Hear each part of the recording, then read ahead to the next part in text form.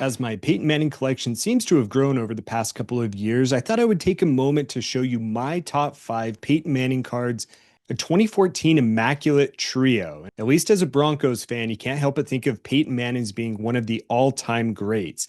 And he sits on that Mount Rushmore with John Elway and Terrell Davis. This 2014 is the debut of Immaculate for football, with everything numbered to 99 or less. These trio patches were also numbered to 99, but had parallels to 25, 5, and a 1 of 1. All the patches here are game worn by 3 of the greatest in Broncos history, and it's very easy to see why this Peyton Manning card would make it into the top 5. At number 4 is the 2013 Select Gold Parallel. So 2013 happened to be the debut year for Select in football, and just the second year of gold prisms for all of Panini. This PSA 9 is a pop count of 3 with only 1 graded higher. Of course, 2013 was a memorable year for the Broncos and Peyton Manning. He threw for over 5,400 yards, 55 touchdowns, including 7 touchdowns in the opening game of the season against the Baltimore Ravens, on their way to first of 2 Super Bowl appearances under Peyton's leadership. At number 3 is the 2016 Flawless Dual Patches Peyton Manning, John Elway. Now, I personally prefer playing year's cards of Peyton Manning, especially with the Broncos, but this one just a year after he retired. The set of the dual patches in Flawless are numbered to 30. This particular card is numbered to 10, and both patches are game worn by both Elway and Manning. With really the only competition from Brady and Gronk in a dual patch, I would argue that this Elway and Manning is the greatest duo in this 30 card set. And while it's not a playing days card, being only 1 year after Peyton Manning's Super Bowl victory with the Denver Broncos in his final game, you just have to wonder as a fan and a collector whether or not maybe he wore this jersey and patch on his way during the Super Bowl run.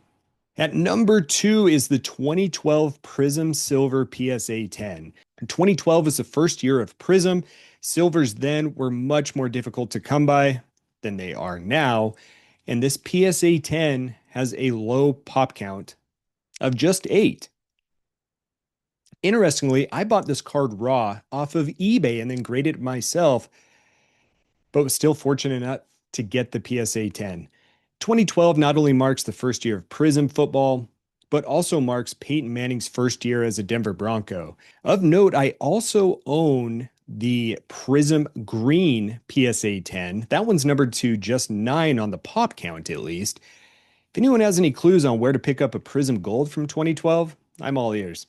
And lastly, coming in at number 1 for me, this one was acquired just recently at the 2025 National, is this 2022 Flawless Super Bowl champion black box 1 of 1.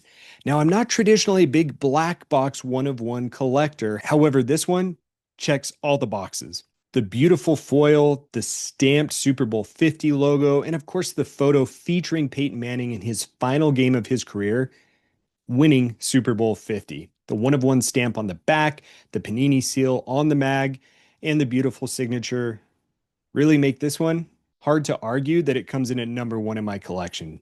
So what do you think of my top 5? I'm someone who loves game-worn patches, playing year cards, and certainly autographs and rarity. What would you encourage me to go after next for my Peyton Manning collection? If you enjoy what you saw here, please make sure to log into YouTube, click the like button, and subscribe to the channel. Let me know what you think of my ranking of these top 5. Certainly I have others that didn't make the list that many of you are already aware of through seeing my Peyton Manning cards on Instagram at Pack to the Future Podcast. And if you would like to see a Denver Broncos top 10 cards in my collection, and I've got some good ones, let me know below, and I'll hope to see you in the next video.